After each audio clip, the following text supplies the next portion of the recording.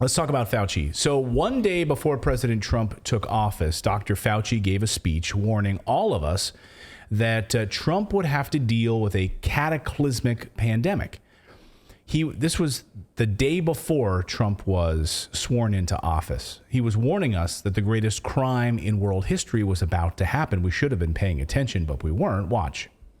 Is that there is no question that there will be a challenge to the coming administration in the arena of infectious diseases, both chronic infectious diseases in the sense of already ongoing disease, and we have certainly a large burden of that, but also there will be a surprise outbreak. Oh, there will be a surprise. Surprise. There will be a surprise outbreak. He's not like saying some data shows that this is possible. Some data concludes that we may see this. It seems highly likely. No, he says will. And you see it in his face. Like, that's a guy that knows, like, this is about to happen, right? He's like convicted. Like, this will happen. Yeah, this is going to happen. Confidently.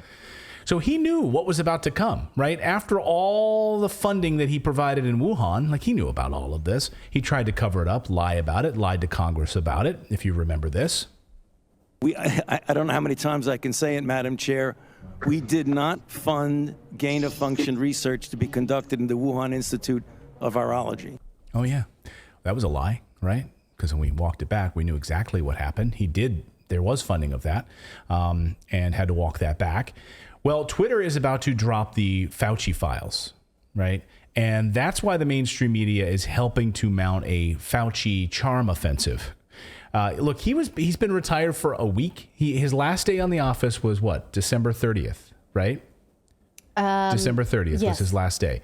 So he's been gone for 7 days, and he's already back on television. He's already back. CBS drags him out to do a whole big interview with him ahead of the release of the Fauci files. And the whole thing was like a tee up for him to make him look good. Help him out as much as possible. Fauci is out trying to discredit the Fauci files before they're even released. So here he is answering, like, what does Elon Musk have on you on CBS? Watch. Another headline I saw this week. Elon Musk says he'll release Fauci files on Twitter this week. That story published January 3rd. We are recording this, let me double check my watch, January 5th. What are your concerns, if any, about the Fauci files on Twitter? Well, A, no concerns, and B, I have no idea what he's talking about. I mean, there's a lot of misinformation, conspiracy theories, disinformation going on and of out course, there. Elon Musk also said that you should be prosecuted. Yeah. Do you know what he's talking about there? I don't have a clue of what he's talking about. Well, as near as I can tell, Dr. Fauci, it is about the idea that the National Institutes of Health funded gain-of-function research, some of that at the Wuhan Institute of Virology, and that, some believe, is responsible for COVID. Well, if you look at first of all, collaborative research internationally has been something that has been extremely beneficial to society in general. The reason a very small grant, about $120,000 a year, was given to the Chinese, which, as a matter of fact, resulted in research that was... Oh, but I thought you just told us in front of Congress that there was no funding. There was no funding at all. So you have no idea at all what Elon Musk might have in the Fauci files? We don't know. We're getting a teaser of what the Fauci files could portend just now. And the latest batch of Twitter files just released about an hour ago from Alex Berenson. Now, you remember Alex Berenson, who was a vehement, outspoken against what was unfolding with COVID, was banned from Twitter under the previous regime. He's back. He's got his first new Twitter files report out now. And specifically, it's about how Pfizer was lobbying in the same style as the White House to suppress information about the mRNA shot. Right. We will go over it in depth because it launched too close to the start of this show. But if this is anything like, it does not mention Fauci. It does not mention the Fauci's Institute of Health. So we don't know if this is it or if there's more to come. Yeah, it does mention Dr. Scott Gottlieb. It does. But anyway, go ahead. Well, I was going to say, I tweeted out that Dr. Fauci was 100% correct with what he was saying in that about the disinformation. The only thing is he's saying the wrong side is responsible for it. Right. Yeah. I mean, he's very smug in the way he sort of shrugs it off. Like, I don't know, I did nothing wrong. I've never said anything that was offensive ever. He certainly lacks humility considering what the entire planet has gone through. Right. Well, I don't think science can be humble. You know what I mean? I think it's impossible for science to be humble because he is science. He is Right. science. Okay. Well, watch this. So here is Major Garrett tees up a question for him on myocarditis. So this, again, he like lays this out here for him, like on a silver platter. I want to play this and get your guys' thought on it. Watch. And in some of these instances, as you well know, Dr. Fauci, there is some shred of evidence myocarditis was related to vaccines. It is a heart issue. I'm not a doctor. You are. That's a shred of evidence. A very small shred, right? And explain how then this can get conflated. Of course. In a very, very rare case, some of the mRNA vaccines can cause a self-limiting, almost invariably benign inflammatory response in the heart, which generally resolves in a very short period of time. It is very, very rare. When you compare that with the negative effects on the heart by myocarditis or pericarditis, which is inflammation of either the heart muscle or the covering of the heart, and heart failure and heart medical problems, overwhelmingly COVID itself causes that in a dramatically higher rate than the relatively benign mild myocarditis that you might have with a vaccine, which is very, very rare. Oh. Okay. Is that right? But we can now say, I mean, how can I say this? Because the vaccine, as it relates to contracting COVID, you know what I'm trying to say, because we're on YouTube. I want to say, like, a way to say it is like the word breakthrough. It's like the Princess Bride. You keep using that word breakthrough case, but I don't think it means what you think it means, because they're trying to say the same thing. Like, it was a breakthrough case with the vaccines, right, and now it's a breakthrough case if it's myocarditis. Right. And the testing, the PRR test that we went through in detail last week, you can find that on Rumble, because that was also data that is not welcome on certain platforms that we stream on. And we just went through CDC data that showed that they knew that the risk of myocarditis was actually not minor.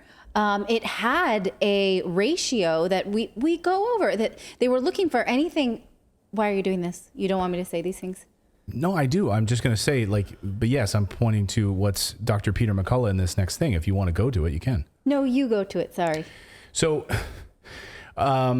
someone's wound a little. I'm not wound up, but when you do just this pointing so while you I'm can, talking, if you want I to, feel like I'm saying something wrong. So no, I'll you're just let saying you. exactly what Peter McCullough is saying here. So I was going to say, if you want to go to it, feel free to go to it. Dr. Okay. Peter McCullough out today with this article on post-injection myocarditis. So here it is. If you can take a look at this. Explosive increase in cardiac symptoms after a second injection. So to your point, that's why my little hand gesture was teeing it up for you. Like, I was like Major Garrett teeing it up for you, like Dr. Fauci. Like, here you go, it's right here in front of you. Take it. I was like, well, just as a quick aside, I have to say I love the fact that when somebody's in the background doing hand gestures and the other person is like, I don't understand your secret hand gestures. Like, okay. I cannot play it cool. Like, it's not something. It's not something you're supposed to yell out. What is it you want me to do? Or if he kicks me under the table, Why sometimes, are you winking at me? I just can't. I can't keep going with it. It's not like Costanza. I have like a grapefruit in my eye. Like, why are you winking at me? No, it's the grapefruit. I've been blinking all day. So Dr. Peter McCullough out today with this article on the exact thing that we're just talking about, which is explosive increase in cardiac symptoms after the second injection. He said, I said on national TV throughout COVID-19 vaccine campaign that no young person should receive this because the risks far outweigh the benefits. And a new published report where both cardiac symptoms and ECG changes were recorded after the first and second injections. The results are alarming. To your point, after the second injection of mRNA, 17% of students reported cardiovascular symptoms. So that is not very rare, Dr. Fauci. No, in fact, the CDC's own data had the PRR score of myocarditis at 3.31 starting December of 2020, when anything over 2 normally is cause for further research. Philip just sent an article circulated in our team last week about one of the first real scientific articles about the causation or the causal link between the COVID vaccine and myocarditis. But it's only recently that we got anything like this, even though the CDC's own data shows that they were tracking this starting in December of 2020. They knew. Yeah, exactly. And so what is he scared of? What is he scared of here? The clear suppression of. Well, he's acting not scared. I don't know. I think by going out and doing these interviews, clearly this is a PR campaign. Like, he gets on with his favorite network, CBS. He's done so many interviews with Martha Raddatz. Right. And I highly object to the way that journalist asked.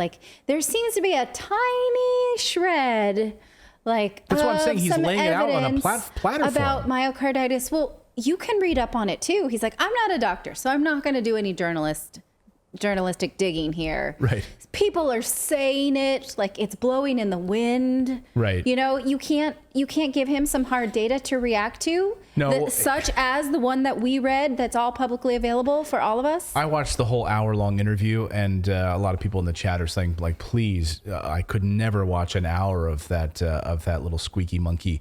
But I did, and it was awful. And Major Garrett, he spends this first 1 minute of the interview. He's like, Doc, I got to say, I was watching the NFL game, the Buffalo Bills game, and I just, sometimes, and then I just jumped over to Twitter to see what conspiracy theories would unfold right after he falls flat on the field.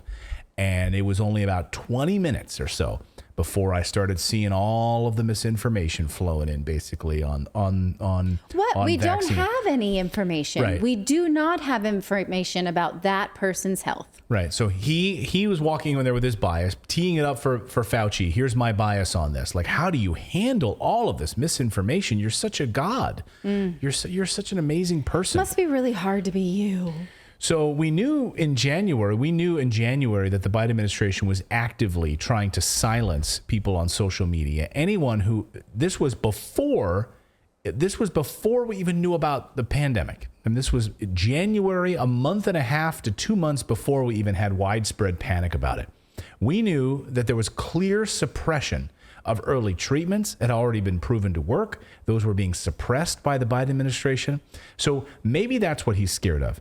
The communication between the Biden administration, we saw a report today that the Biden administration was actively trying to silence Tucker Carlson for his aversion to the vaccines and talking about that early on. So the Biden administration was actively trying to censor Tucker Carlson on Facebook and block Facebook posts from his show. So this is, again, what will we see in these Fauci files? It's hard to say. We will be watching for them. We just got a super chat that says we shouldn't fight over Fauci. This should not be the reason we have marital discord. Can you imagine people why'd you get a divorce? Fauci? Well, what? How did you get a divorce? Fauci. Oh, can I want to bring something up. I've been very active on Twitter since all this has been going down, and I saw an ad from HHS.gov. And it says, even if your COVID symptoms are mild, talk to a doctor about treatment. We can do this. Get to the doctor. And it's the CDC. And I tweeted out, how much of our money is the U.S. government spending to be the marketing arm of Big Pharma? And I asked Elon Musk, maybe we should do a poll and see how many of us want to fund propaganda. Because it's they're spending our money to keep advertising this, saying the opposite of what all the data is showing. Mm-hmm. And it's this big, huge campaign. And it's yeah, I mean, this is happening worldwide. Stop? No, it's not going to stop. Worldwide. This is happening worldwide. And a little bit later in the show, when we move over to Rumble later tonight, we're going to talk about what's going on in Australia and the government there spending taxpayer money, and the United States and in the UK spending the people's money on these advertising campaigns. I mean, do you remember when they had Elmo on Sesame Street? Yes. Public broadcast. I guess it's public broadcasting. We're funded in part by taxpayers to have Elmo.